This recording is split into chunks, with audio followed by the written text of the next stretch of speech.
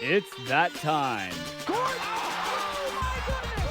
Everything and anything basketball, presented by The Outrage. With Kajan Castleman and host Spencer Byers, this is Polar Opposites.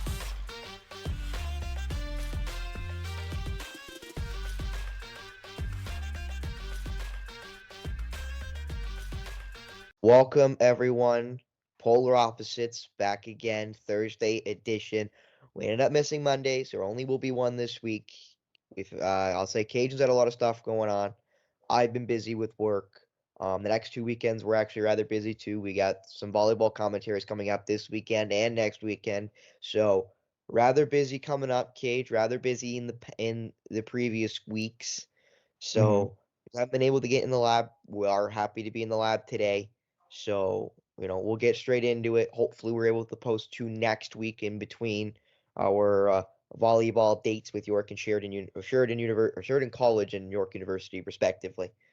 But we will start off with, again, a rather sad topic, but I think it has to be start off with Dejan Milanovic passed away. Assistant coach of the Golden State Warriors had a heart attack at a team dinner just a few days ago and has passed away at age 46.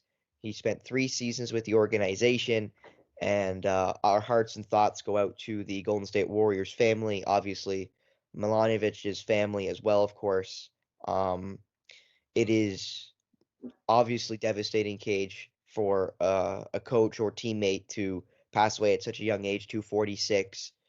But it was at a team dinner too.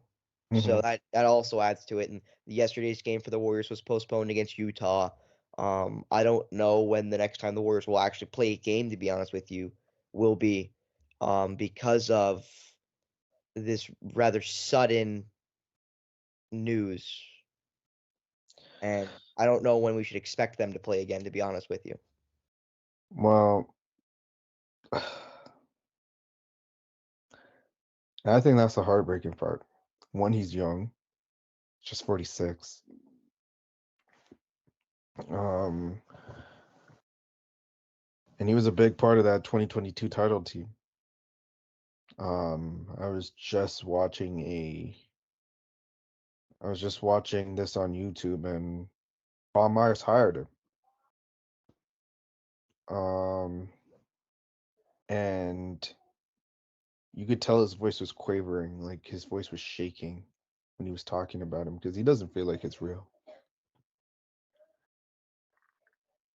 I can't imagine how his wife and kids are feeling right now because she has to live life now without her husband, and his kids don't have a father right now. But he does leave behind a big legacy, and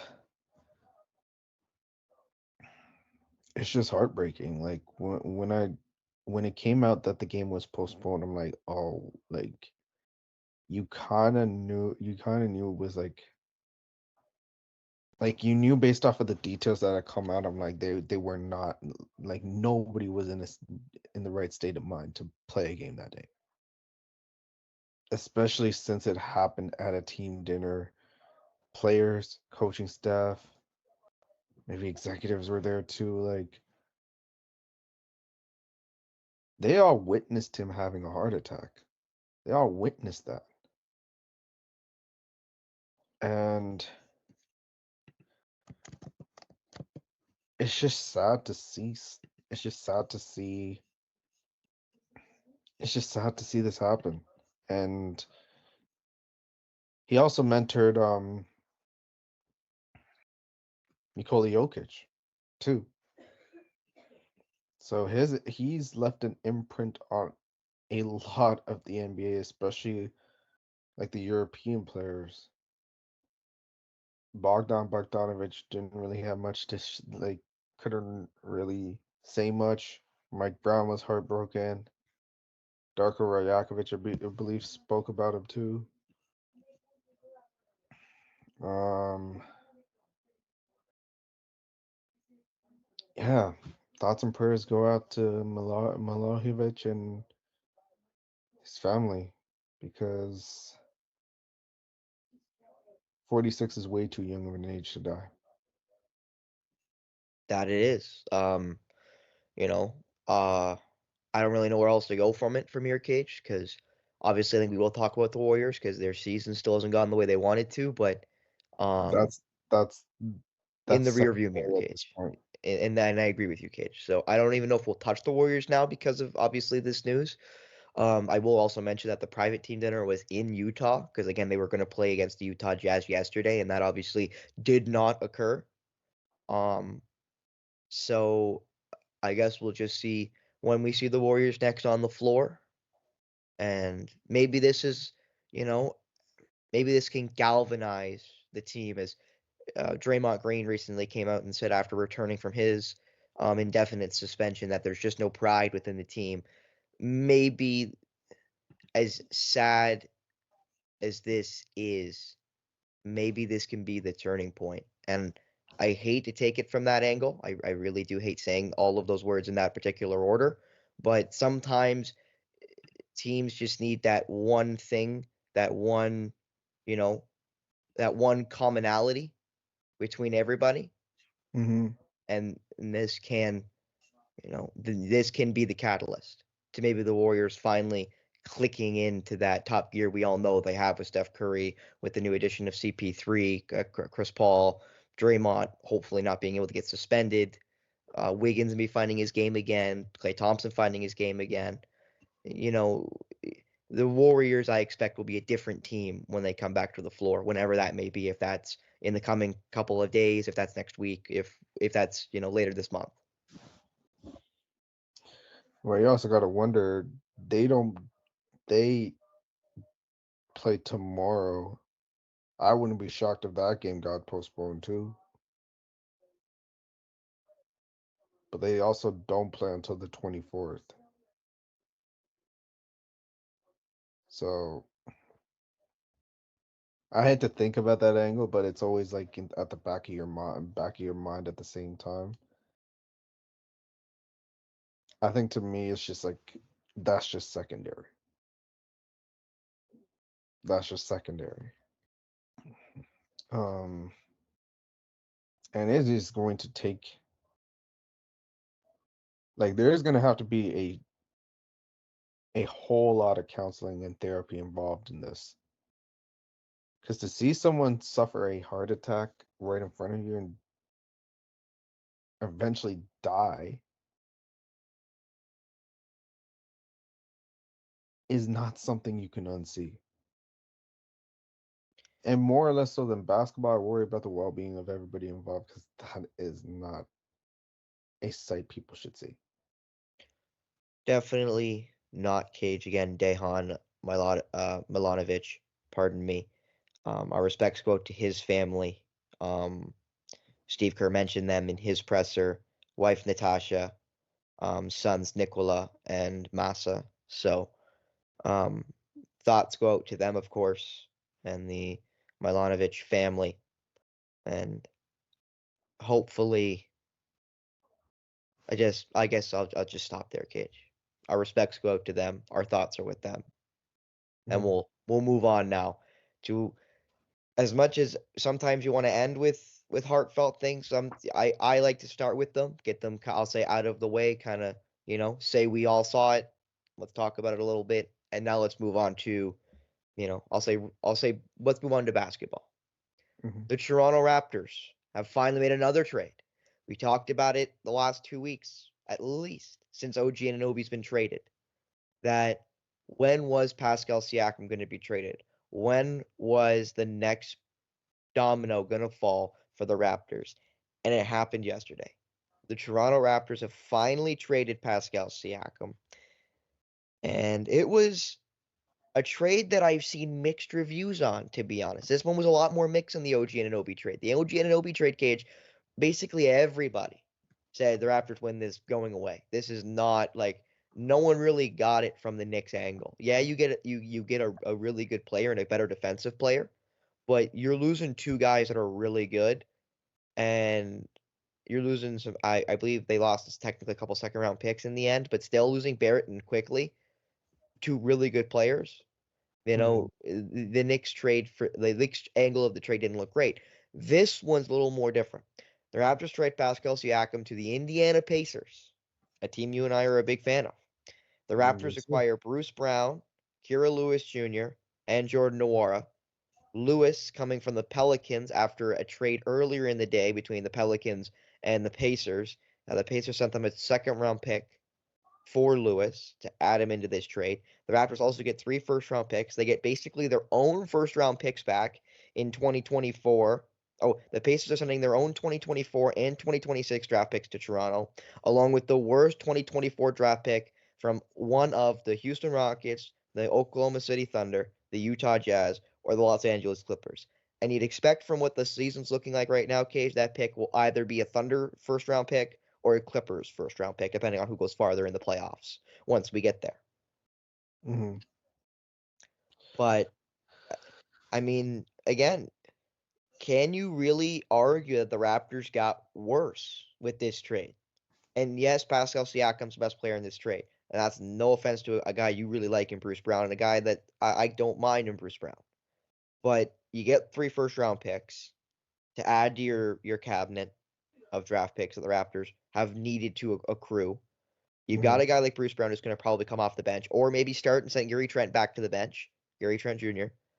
Jordan Nwora is going to get minutes as a long defensive small forward. I don't know where Kira Lewis is going to fit in. Maybe just another guard that can kind of find his role in this, pretty deep Raptors team now, because as you and I spoke about a little bit yesterday before just you and I just having a conversation, the Raptors team now is really deep. They have a lot of guys in the same tier of player, and maybe that's not just deep, but it's also now it's going to be interesting to see who kind of breaks away from the pack between guys like Nwora, Grady Dick, Jaden McDaniels, or Jalen, pardon me, McDaniels.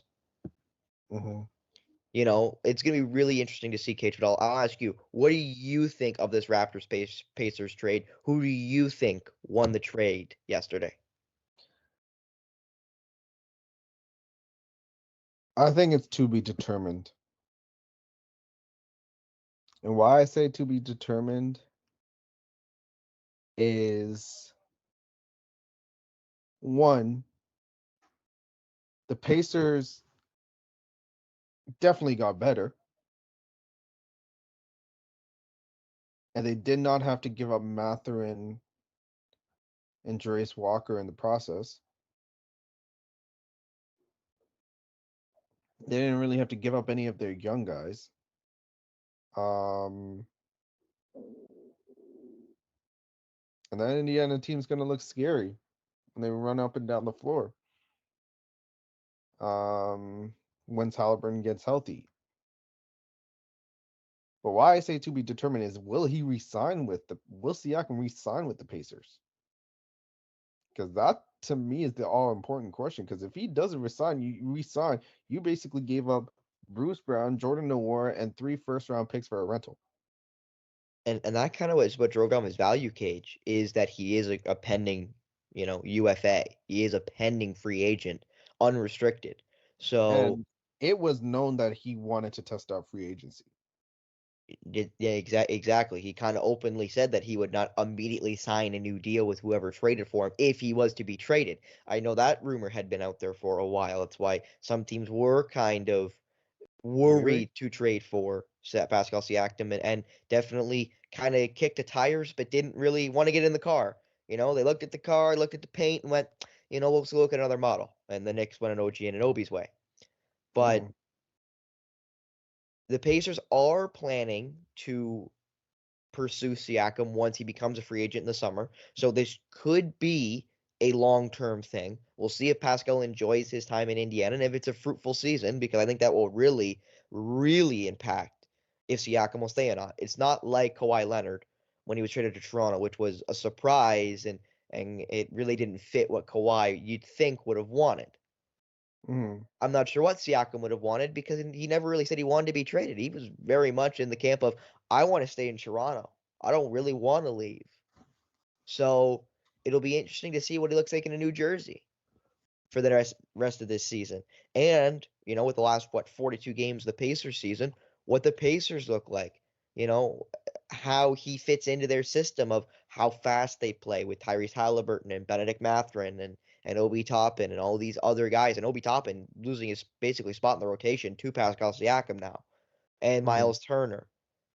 So and some of these guys are hurt. Halliburton been hurt recently. But it'll be really interesting to see how Siakam is used, Cage. How do you think he'll be used? Do you think he'll be used that power forward spot? Do you think you could see him at center at points and play really small for the Indiana Pacers and maybe put Obi at the power forward? Or how do you think Rick Carlisle, one of our favorite coaches in the NBA, is going to be able to use a skill set like Pascal Siakam? Well, Rick Carlisle's got options now, and I think for now he'll start Siakam at the 4 for now. Obviously things could change. Injuries could get in the way. But with a guy like Miles Turner who can stretch out the floor, you gotta keep unless he gets into foul trouble, you gotta keep him on the floor. Maybe they might toy around with Siakam at the 3 and then Toppin at the 5 and then Turner at the 4 and Toppin at the Siakam at the 3, Toppin at the 4 and Turner at the 5 if they want to play big bully basketball. But yeah, it's going to be very interesting to see how Rick Carlisle handles things because he's got a ton of options now to use. And will this propel Indiana to the second round? That remains to be seen. But they definitely got better. And as for the Raptors, they finally picked a direction.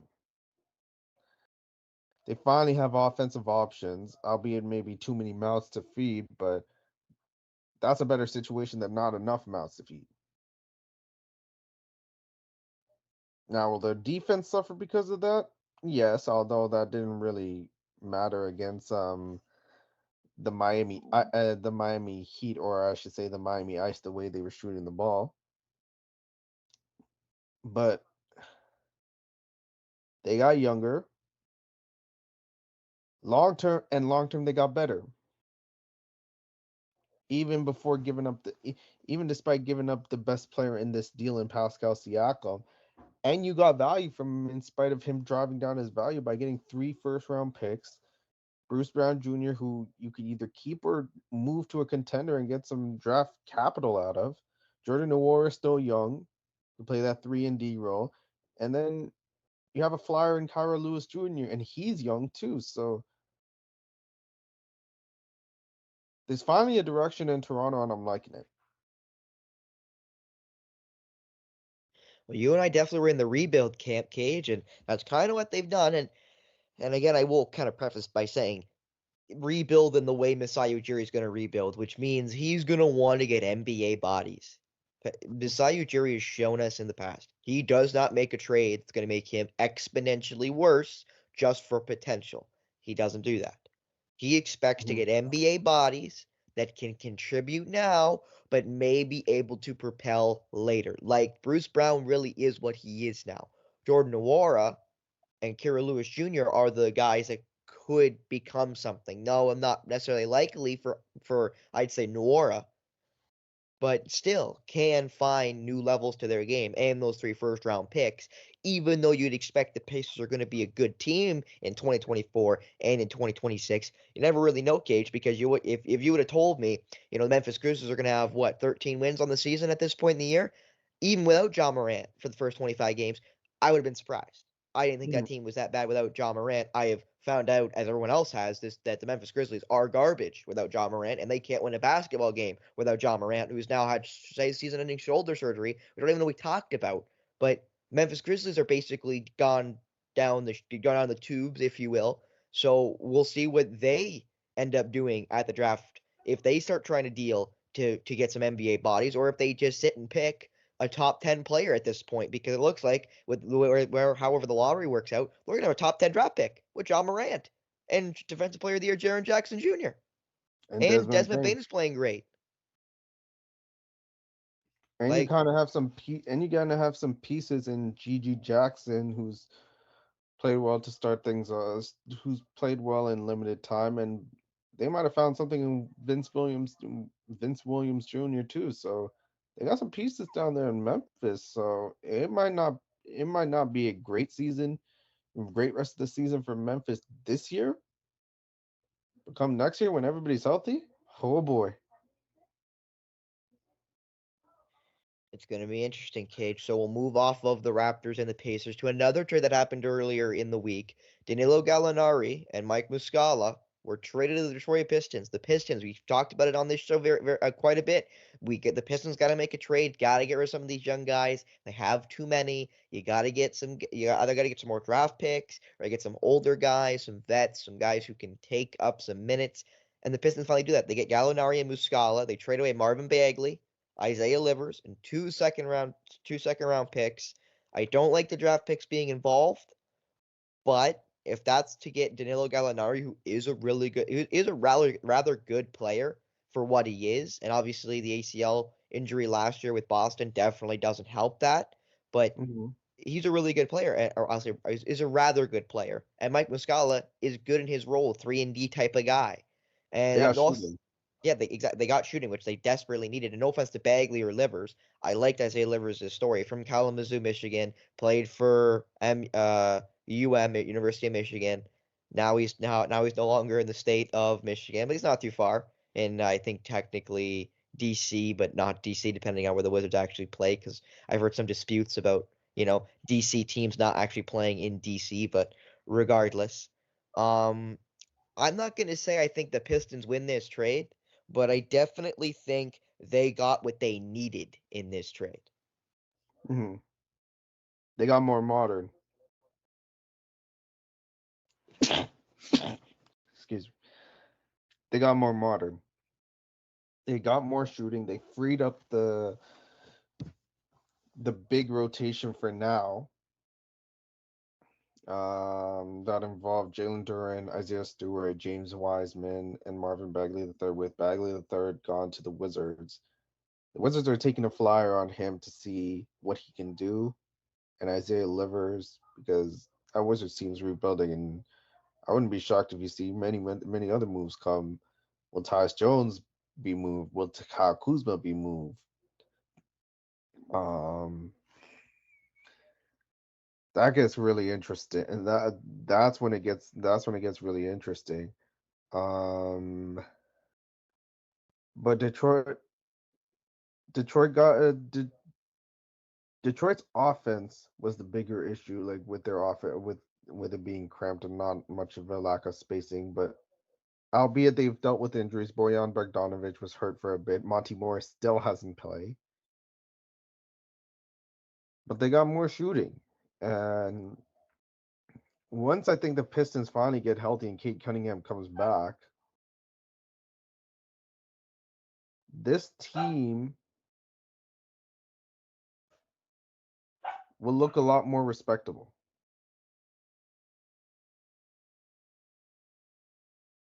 Well, ironically, basically, as this trade happened, they played against each other, so it was a very long trip for the Washington trade pieces in Bagley and Livers. They basically just get to stay where they were playing after the game.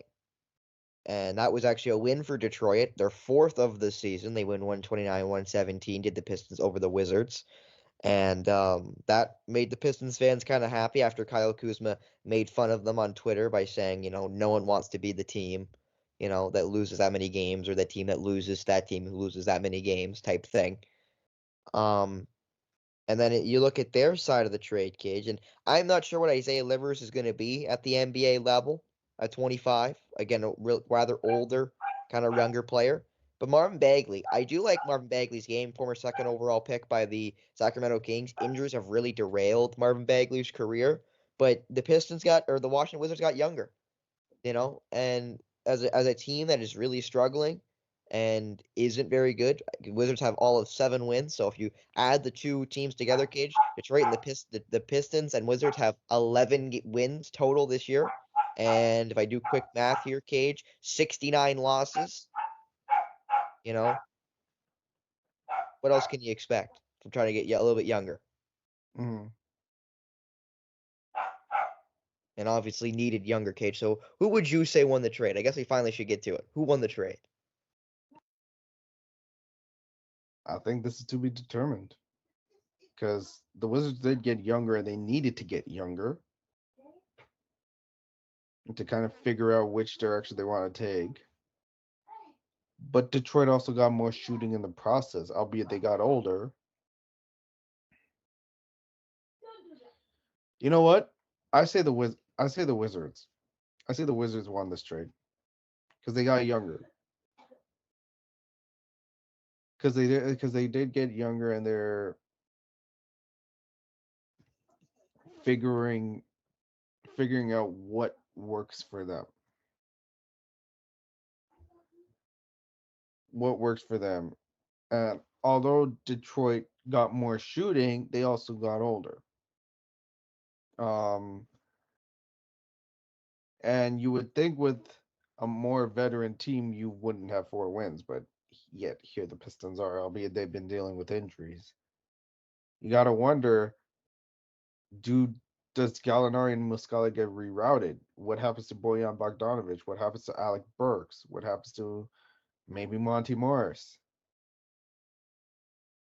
Do they get younger? So like, yes, they cleared up the big man rotation in a sense, but in a way they got to figure out which way they got to go. They got to go. Like, do they reroute these veterans or do they prepare for and do they gear up for? Do they gear up and hopefully everybody gets healthy, finish the season strong, and then go back, come with some momentum next season? There's a lot more questions in Detroit after this trade. I don't think I can argue that. So I guess I would also have to agree that the Wizards technically won. Because they get younger and they get 2 draft picks. Even though they're second rounders, you never really know with second rounders. Nikola Jokic, second rounder. Some really good players get drafted in the second round. So you can't really, it's not like draft picks you necessarily want, but the more kicks at the can you get, the more chances you get of getting a really good player. Mm-hmm. I can't really argue with that logic. But again, as you said, we do like what the Pistons got and a little bit more, experience and a little bit more shooting. We'll see how Yep. Gallinari hasn't played yet for him, and Muscala's played sparingly. Obviously the trade just happened earlier this week, so we'll see as they get acclimated to their new teams how those guys all work out for their respective clubs. We're now going to move on to a situation I don't think we really talked about because of obviously it's still being investigated. Josh Giddey, who allegedly, and I'll say allegedly I'll say an entanglement, but it had allegations of being involved with a female minor. And you saw the picture. I'll say picture or pictures were kind of floating around social media about Josh Giddey and all the jokes that made fun of Josh Giddey, which is gonna happen. You're gonna get memed when certain things are brought to light, even if they're not true. And the reason why I say maybe not true is because Newport Beach Police Department announced Wednesday, so as today is Thursday, yesterday, that they were unable to corroborate any criminal activity to Giddey, and he's been basically, I'll say, he's been not charged. The police could not find any actual evidence, so they did not charge him. So Giddey is now free and clear of this. And the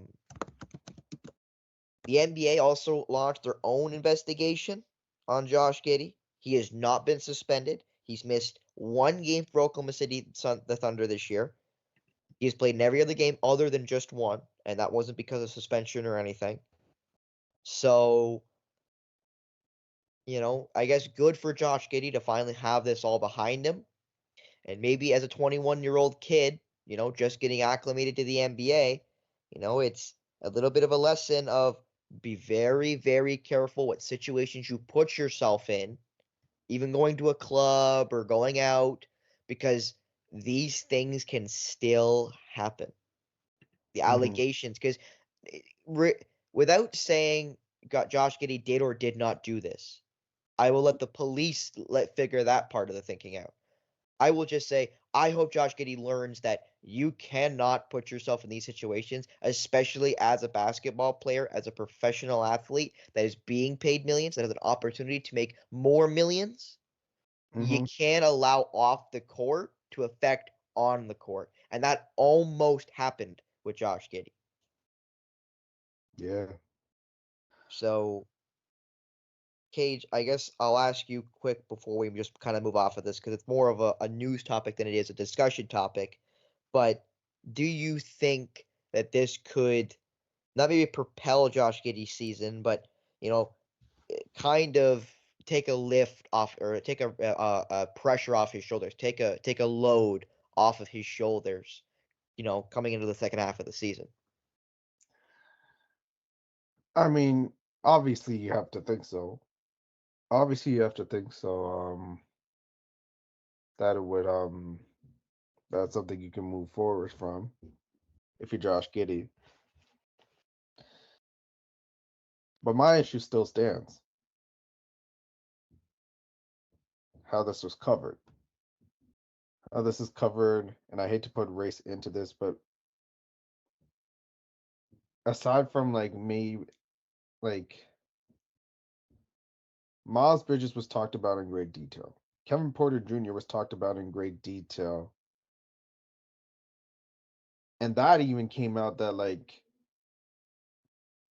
the fractured vertebrae that his ex-girlfriend got didn't even come from Kevin Porter Jr. himself, and that the DA pressed charges when she didn't want to. So that's a whole nother mess in itself. And then we mentioned months ago, Sean Taylor and how that was covered. My issue still stands in that I have a problem with that, with how it's covered. And there should have been the same energy for Josh Giddey in terms of maybe suspended for a couple of games. But there was not a peep in terms of this. And I think that's kind of been the NBA's MO. I think the NBA is just they care more about their brand and more about their bag than actual issues. And maybe I'm kind of previewing this, but as in case in point, a certain member of the New York Knicks as well. Well, actually, Cage, that's a perfect segue. We'll move on to James Dolan, the owner of the New York Knickerbockers. So I will go back. We all know that James Dolan and the New York Knicks have sued the Toronto Raptors for having sensitive information. We know that. That has been in the news. We talked about it on this very show on Polar Opposites. Yesterday, a woman alleged that James Dolan, owner of the New York Knicks, sexually assaulted her over a decade ago. And it was set up by Harvey Weinstein, who, former film producer, now in prison for his own sexual assault allegations. And I mean, I'm not going to say anything again about the allegation. I will let the courts do that for us, Cage. But no one likes James Dolan. James Dolan will never get the benefit of the doubt when it comes to basically anything with the New York Knicks, because he is such a hands-on owner, and all of the turmoil he's caused for the team, and the lack of winning, and all the other things that are sport-related and aren't sport-related. Like when he kicked out Charles Oakley, former New York Knick, former favorite of the New York Knick faithful at Madison Square Garden, kicked him out of the arena. Rather publicly kicked him out of the arena. Has had run-ins with superfan Spike Lee in the past on Twitter, and I think in person at the Garden. So James Dolan will never get the benefit of the doubt when it comes to just about anything. But to continue with this particular allegation, in 2013, Kelly Croft, a 27-year-old massage therapist, was working with some bands, and Dolan is obviously the owner of MSG, Madison Square Garden, so he books bands and books, all of the things that happen at MSG that isn't just hockey, isn't just basketball. James Dolan has a lot of money, more than just about anybody would know what to do with. Mhm. Dolan, then 58 back in 2013, allegedly used his power and influence on the tour to repeatedly manipulate and pressure Croft into submitting to blank with him. And I will also mention that the Associated Press, who I will be honest, I've gotten most of my information from, does openly admit that normally we wouldn't say the name of the alleged victim in Miss Croft, but she's come forward publicly and consented to be identified. So if she feels this confident, Cage, into putting her name out there, I will say you got to think there's smoke to that fire. If she's willing to put herself into the limelight, because let's be honest, Gage, there's nothing worse than putting a criminal case against any athlete, regardless of what you're accusing them of or even owner, because you're going to get hate from fans, even of the Nick faithful. Some people are going to make sure Miss Croft does not have a real quiet moment you'd expect. I hope that doesn't happen, Cage, but the past kind of tells me that that's a very big possibility. Yeah. But anyway, we'll see what the NBA now does with this new allegation against James Dolan. And if they suspend him, if they force him to sell, kind of like what happened with Donald Sterling, formerly of the Los Angeles Clippers. It'll be interesting to see what the NBA does as this investigation and court case move on and continue to, I guess, continue to go down the correct avenues, the correct channels. hmm The only thing I'm gonna say about this is that anytime you're associated with Harvey Weinstein, it ain't a good look. Because that man was that man was a predator. Not Dolan Weinstein. Anytime you're associated with him, and the fact that Kelly Croft came out publicly and said her piece, you gotta think there's you gotta. I would stop short of saying you gotta think there's truth to it. You gotta think there's smoke. Like you said, you gotta think there's smoke to the fire. But we will let the court case take over. We will probably not talk about this again unless something big happens with James Dolan. If he somehow sells, or if the NBA forces him to sell, or if the NBA suspends him. Whatever the NBA does, we may cover. Other than that, we will just say we've seen what the accusation made against James Dolan, and we'll see what happens as the court case progresses. But now on to something, Cage, that I know you want to talk about since it happened. The Toronto Raptors played against the Los Angeles Lakers a little over a week ago. Oh boy.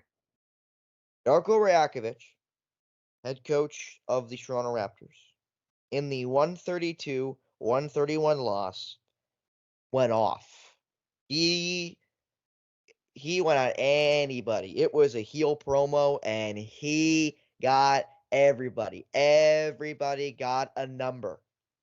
He started off with, in his presser, how is it possible that Scottie Barnes, who is a all-star caliber player in this league, he goes every single time to the rim with force and tries to get to the rim without flopping and not trying to get foul calls. He gets 2 free throws for the whole game.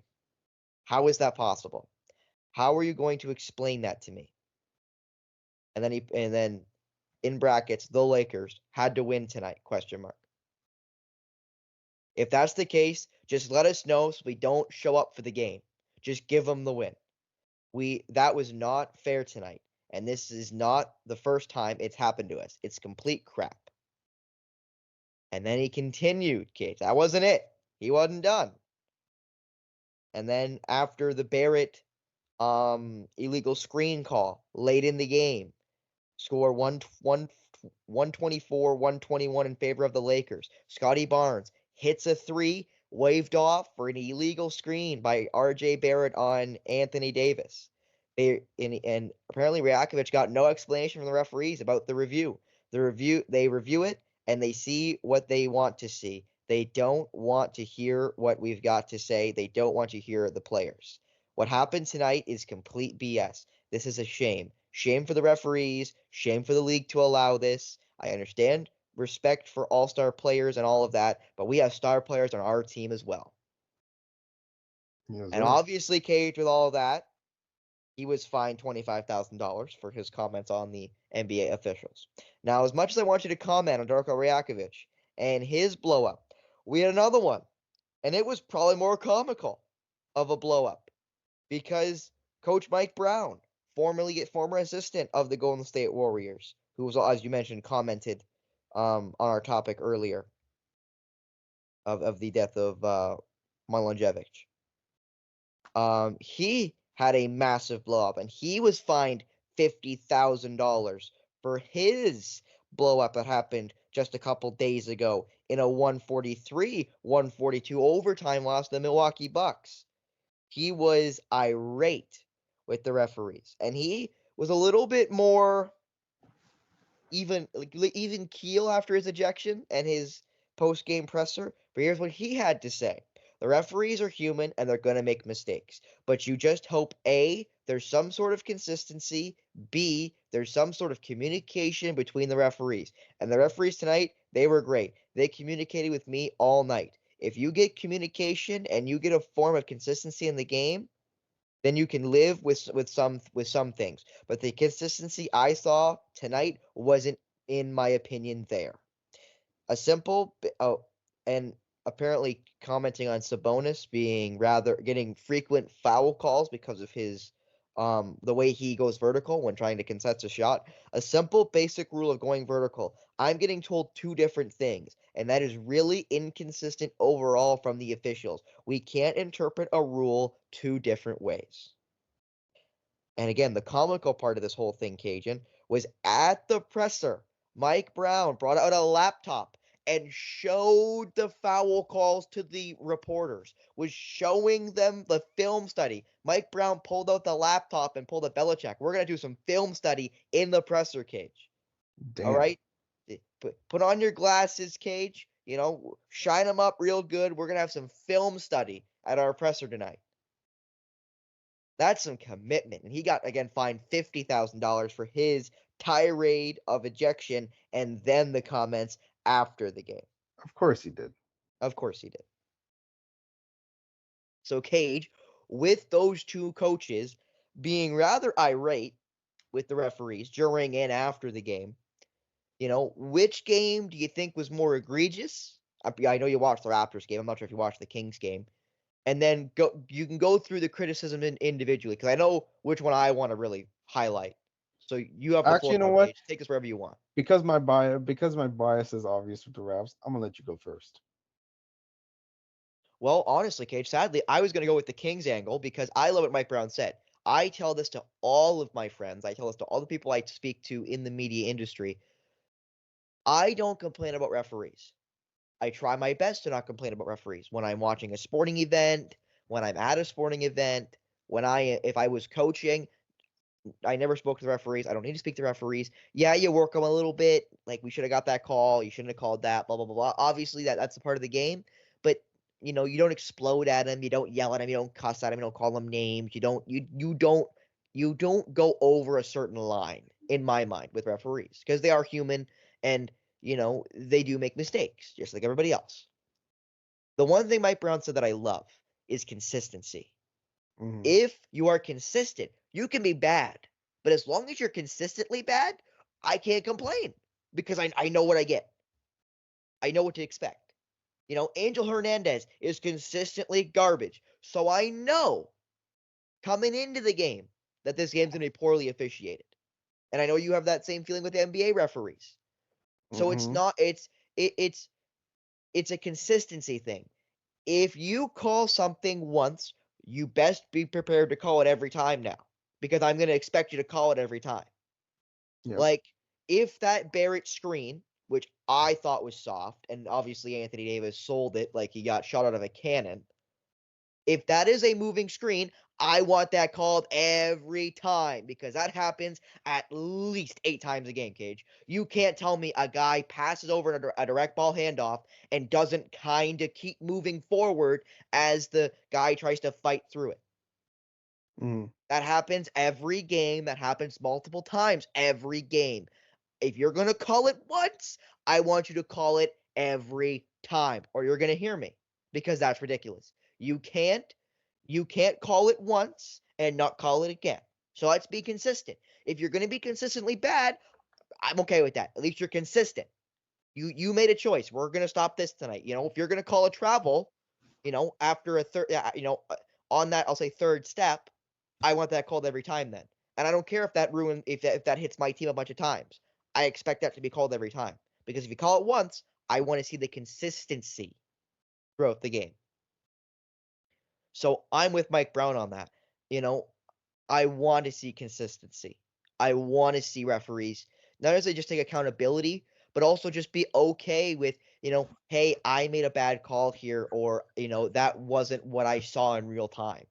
And again, if that happened, I feel like fans would be a majority of fans, not all, because you'll never have all in anything, but a majority of fans, as much as they will groan, will live with that. If the referee goes, hey, that's my bad. Obviously, if it's the NBA championship, you're probably not going to get the benefit of the doubt, even if you apologize. But if it's a regular season game and it's like, hey, in real time, that's not the way I saw it from my angle, that's not the way it looked, looking back at it, getting a replay at it, getting a second chance to look at it, that's not what happened. I shouldn't have called that, or I should have called that. I think that's fine. I think that's growing and learning, just like, you expect your players to. I expect the referees to do the same thing. Learn and grow with every, foul call, with every review, with every chance you get a second look at something. You get a chance to correct. Mm-hmm. But now, Kajan, go ahead with the Raptors-Lakers game that I know you watched. Well, my problem wasn't with the calls on the Lakers game, although the Reeves one was just ridiculous, and like the Barrett one was just soft. Oh, you forgot to mention the IQ one, which you didn't even think was an offensive foul. Oh, so I'll explain quickly, because on the score they had 2 specific fouls with the score explanation, or the article they wrote on Darko Rajakovic's rather explosive blow up at the presser. Emmanuel quickly collects the ball, and his elbows are out. Yes, they are. But he's just doing a 1-2, collect 1-2 up to the rim. And Reddish commits to getting in front, but then kind of stops halfway, and his head connects with Quickly's elbow. And they're both moving towards each other. And they call it an offensive foul on Quickly. When, in my mind, even though it is an elbow, and even though it makes contact to the head, that's Reddish's fault. Reddish is the one creating the problem. Quickly's not going to the defender. That doesn't make any sense. So calling that an offensive foul is dumb to me. I think that's a defensive foul, even though it's an elbow, even though it hits him in the head. That's Reddish's fault. Yes, I understand you can't give him a free basket. You're right. But the reality is if you're gonna try to stop him, try to get in front, try to stop the drive, you're gonna get hit. If it's a charge, that's a different conversation. But it wasn't a charge. So what are we calling then? And that's again where I didn't feel like it was an offensive foul. And not only did they call it an offensive foul, Cage, they called it a flagrant 1 offensive foul, which means it was a free throw and possession to the Golden State Warriors. It wasn't just possession change. It was a free throw and a possession change. It was 2 free throws. Oh, 2 free throws for a flagrant 1. I thought that was just a flagrant 2. So a flagrant 1, 2 free throws, and the ball for the Los Angeles Clippers. Pardon me, the other team in gold. And I haven't watched the game, so I can't really comment other than the 2 plays I saw. But neither of those were exactly oh, those are definitely fouls. Those are definitely 100%ers. They were Quickly's wasn't a foul in my opinion on him at the very least. And Barrett's was, you can argue it's a moving screen because that's technically what it is, but Anthony Davis definitely sold it, if you want to say that. And on top of saying he sold it, that happens every game, multiple times a game, as I said. And I want you to call it then every time. If you're going to call it, then just make sure you call it every time. Because I want to see you call that every time now. If you're going to start calling this now at 28 seconds left in a 3-point game when we're about to score or looking to score and make it a 1-point game or a tie game. Yep. But now, Kajan, you have the floor. It's ridiculous to me that Anthony Davis got more free throws than the Raptors. Now that would have been different. That would have been a lot. That would have been viable had the Raptors not attacked the rim. Except the Raptors had 20 more points in the paint and attacked the rim a whole bunch. So a 23-2 discrepancy at the free throw line in the fourth quarter. Even with some of them being intentional fouls, some of them Anthony Davis sold it a lot more. That shouldn't happen. And the Raptors outplayed the Lakers aside from that. They deserve to win that game. And you mentioned the Emmanuel Quickly flagrant. In a game that was decided by one, you could argue that was one of the reasons why the game ended as it was. It's obvious the NBA panders to bigger markets and their stars, but none were more obvious than that game. And my problem isn't with the calls, with the calls that the Lakers got. If you're gonna call it one way, call it the other. Because as much as LeBron wants to say they fouled more, we didn't. I'm like, that's a damn lie, and he knows it. The Lakers made contact with the Raptors. The Lakers made contact on Raptors drives, but the same calls weren't made, and that's the issue that I have. Where's the consistency? Like you mentioned, the fact that Scottie Barnes had 2 free throws that entire game is ridiculous. It's ridiculous to me. The fact that AD had more free throws than the Raptors, even though the Raptors actually attacked the paint more, is ridiculous to me. And we gotta mention the referee that was refereeing that game too, because he's had a history with the Raptors, and especially Fred VanVleet, Ben Taylor. And Fred VanVleet was very, very explicit in how he thought Ben Taylor was. So I guess that's that for the Raptors Lakers game, because it happened a bit ago. The Mike Brown one, he made some great points. You would honestly want consistency, and I think he mentioned like the rule book in which you got to keep both hands straight up and jump straight up in terms of like the verticality rule. You can't have one arm up and then the forearm to the offensive player. And that wasn't consistent. So Mike Brown made a great point. Mike Brown was dead on with how he just wants consistency. And I think we all do at the end of the day. We don't want this like, what's a foul, what's not a foul. Which game's going to be officiated right, which game's going to be officiated wrong, which game's going to be officiated differently. Like, we don't want these questions about officiating.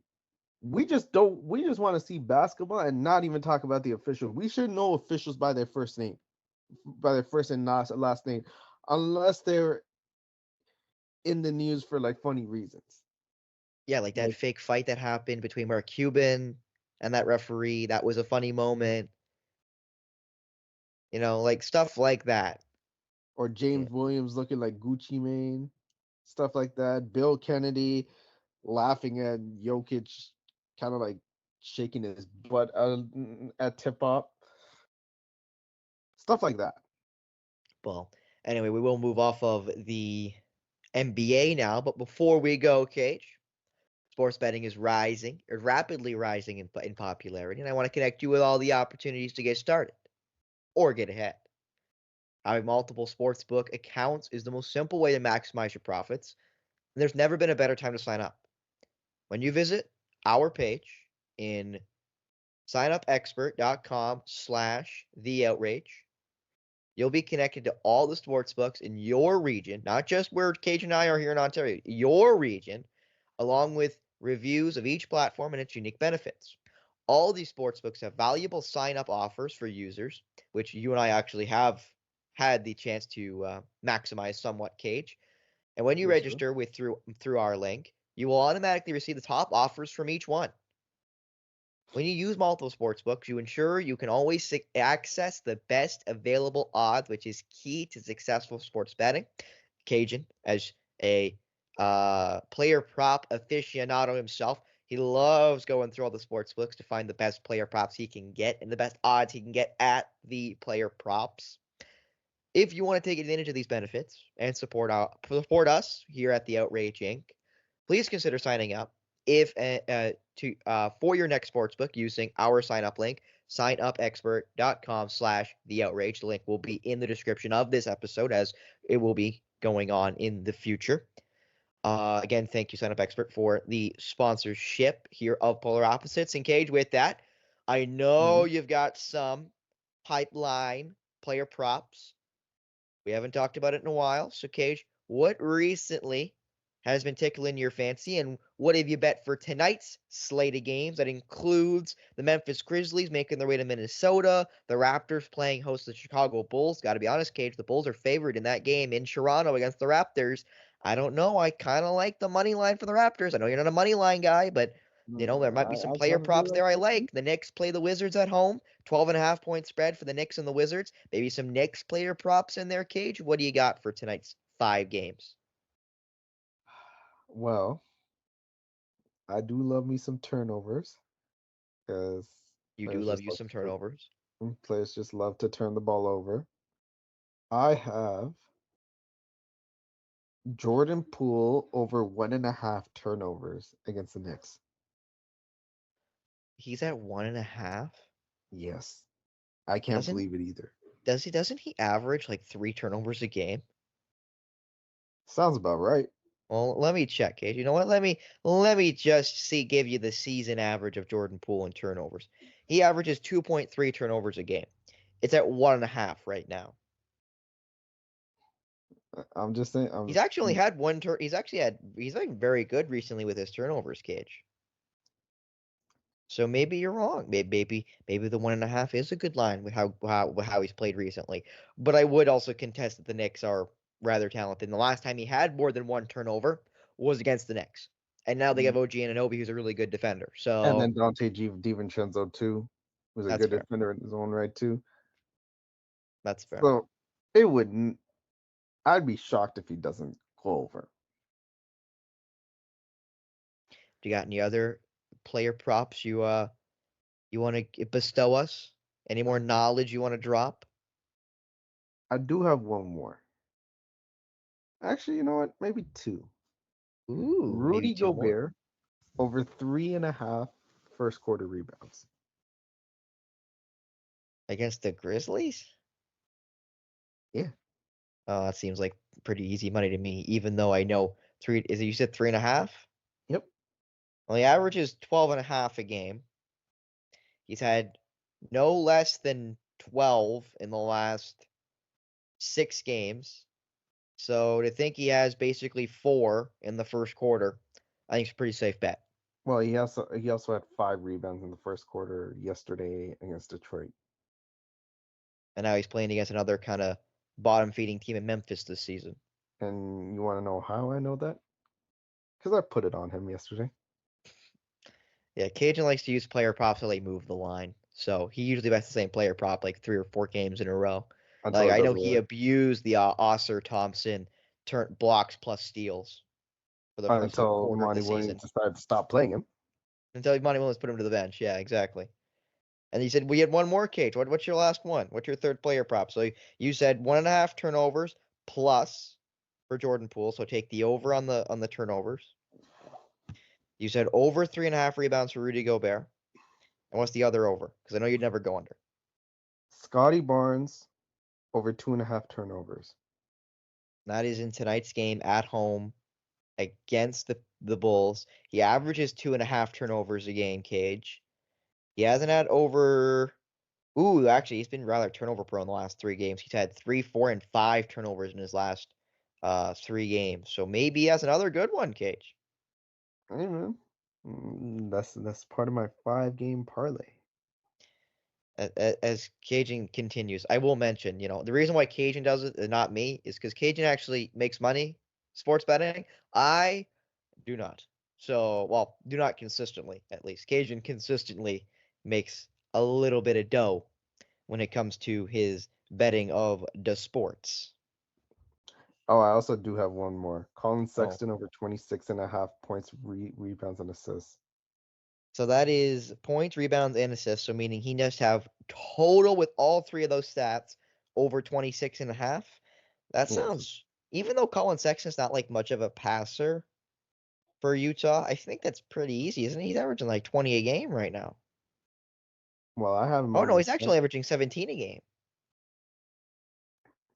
But he had I 30 will. points against Indiana and 27 points against the Lakers, most recent games. He has gone over in 4 straight games. Yeah. And that's in limited minutes too. He hasn't played more than 27 minutes in any one of those 4 games. Well, Utah's been blowing out a bunch of teams, so there's that. I mean, hey, when you've got, Lauri Markkanen. Yeah, and they're actually on a 6-game winning streak right now, are the Utah Jazz, as they play Oklahoma City tonight in Utah, in Salt Lake. Yes, sir. But so now we'll move off the sports betting. And again, I will mention to say now, please do not gamble what you can afford to. Please gamble what you can afford to lose. Do not overextend. If Please seek out your local, gambling restrictions. If you make sure what you're, over 18, like you're in Canada, over 18, just make sure you're doing this the right way, and you're doing this mindfully, and you do not overextend, which is rather sadly easy to do. Mm-hmm.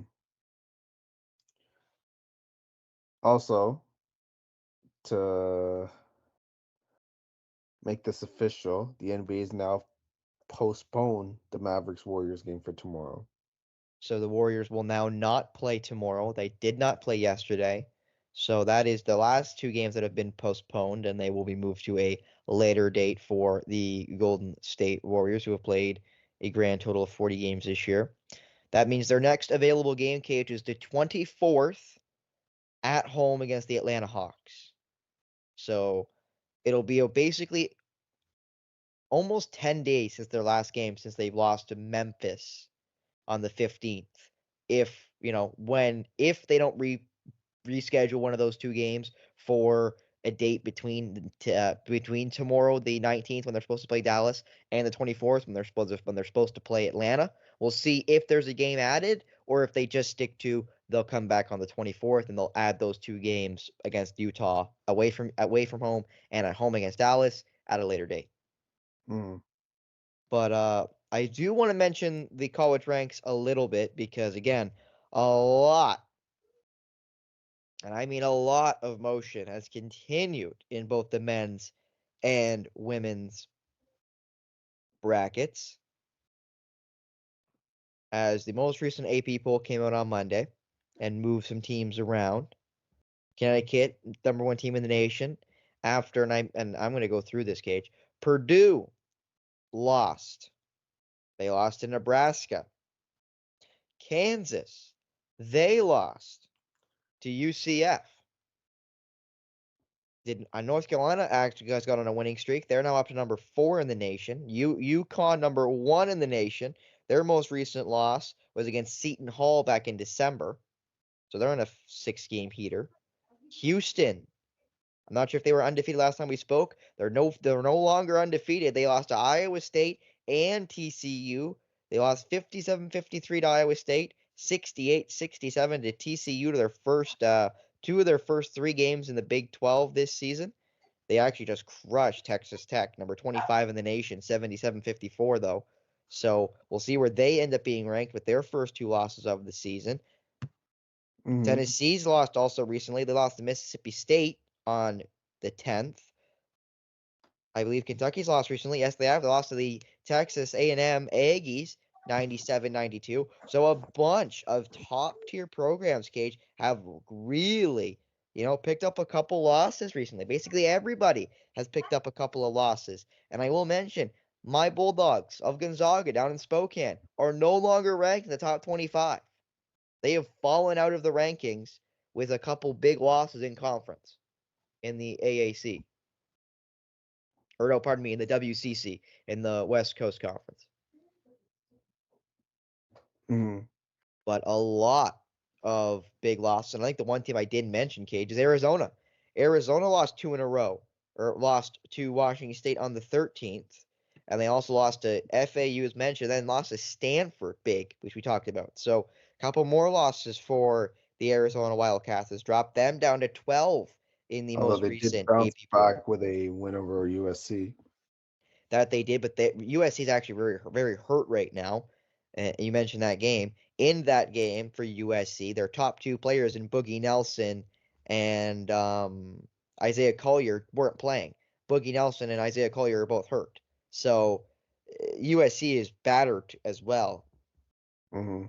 with injuries at this particular point in the season. So their 8-10 record, I don't think is really indicative of how talented USC is this year. It is just that when you play against a lot of really good teams and you're not fully healthy, you don't really got a good chance of winning a whole lot of games. And I will mention TCU, who's now ranked after their big wins against Houston, they lost to Cincinnati yesterday. Baylor lost to Kansas State yesterday, number 9 in the nation. They pick up a loss. Iowa State, who's now ranked after their win against Houston, they lose to BYU. They're going to be unranked in the next AP poll. Wisconsin, number 11, they lose to Penn State in Big Ten play. They're now going to be they're going to fall down the poll. Utah State, losing to New Mexico. The Lobos, another ranked team going down. A lot of movement coming up in the next AP poll. Illinois also lost semi-recently. Mm-hmm. And it's just been all over the Madness. place. It's been rather ridiculous. In the men's side and the women's side is really no different. Just yesterday, Iowa State, number 24, they go down to Texas Tech. Marquette, the Golden Eagles, they go down to Villanova. So 2 ranked teams lose yesterday. I will also mention that a ranked team got a free win. The number 7 Kansas State Wildcats beat the TCU Horned Frogs because TCU didn't have enough players to dress. They didn't have enough healthy student athletes to play the game. So Kansas State got the free win and move on in Big 12 play. No like I'll say top 10 teams have lost to unranked opponents recently. But Mm-hmm. in around the top 10, Virginia Tech lost to Florida State in some ACC play, 89-81. The 21 Seminoles beat the number 11 Hokies. You then go down to Colorado. They beat Stanford 71-59. So Cameron Brick and her Stanford Cardinals couldn't get a big win against this top-ranked Colorado team. Also moving down to more ranked games. USC finally beat their in-state rival UCLA 73-65. They finally, give the first blemish to the UCLA Bruins, who are now down to 5th in the nation. The only undefeated team in the top 25 in the women's side, Cage, is the South Carolina Gamecocks. And Coach Don Staley continues to just impress with her team down in Columbia, South Carolina. They still are rolling. They still are rolling, but man, the upsets that are happening all over the men's and women's side, holy, like, I was like, where do I start? I will also mention that on Saturday, January 13th, the Baylor Bears, number 4 in the nation, went down to Iowa State 66-63. So that's why they fell from 4 all the way down to 12 in the most recent AP poll. Mhm. And just adding to that, Texas lost to Kansas State, who moved up from 12 to 7. They were 12 at the time when they played Texas. We'll also mention Iowa is now number 2 in the nation because of the loss of UCLA. They crushed Indiana 3-14. Caitlin Clark had 30 points in the 84-57 win for the Hawkeyes.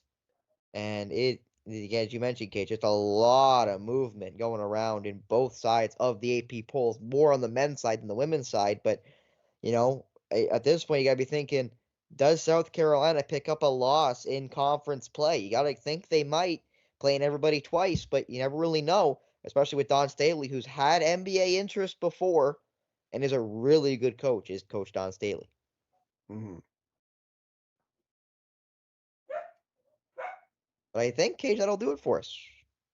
Anything It else you does. want to add before we go? I think that's it. That's it. We're through. We're running out of stuff. So we'll move out. For Cajun Theru, Thani Caslam, I'm Spencer Byers. Thank you so much for tuning in to today's episode of Polar Opposites here on the Outrage Inc.